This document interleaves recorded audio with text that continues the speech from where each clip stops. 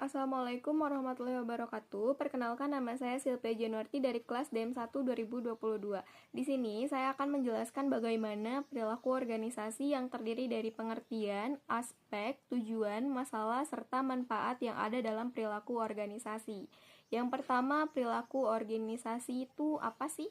Perilaku organisasi itu adalah sebuah studi yang menjelaskan bagaimana individu, kelompok, maupun organisasi bertingkah laku dalam suatu lingkungan kerja. Yang kedua, ada aspek perilaku organisasi. Menurut Stephen P. Robbins, itu ada 3 aspek atau 3 tingkat. Tingkat yang pertama itu ada tingkat individu. Ini mempelajari bagaimana kepribadian, persepsi, motivasi, serta pembelajaran individu dalam sebuah organisasi. Terus yang kedua ada tingkat kelompok. Ini menganalisis dinamika tim, terus juga ada kerjasama tim, serta pengambilan keputusan dalam sebuah kelompok kerja. Terus yang ketiga ada tingkat organisasi. Ini mengkaji tentang struktur organisasi, tentang budaya organisasi, dan kebijakan yang diambil untuk individu maupun kelompok. Yang ketiga ada tujuan memahami perilaku organisasi. Tujuan yang pertama ini adalah meningkatkan efektivitas organisasi. Maksudnya, jika manajer memahami perilaku organisasi, tentunya beliau dapat memahami atau menciptakan strategi serta keputusan pengelolaan sumber daya yang lebih baik. Terus yang kedua ada meningkatkan motivasi dan kinerja karyawan. Tentunya kalian sudah tahu kalau untuk motivasi kerja itu adalah faktor yang penting untuk menciptakan produktivitas kinerja karyawan. Terus yang ketiga ada membangun lingkungan kerja yang positif.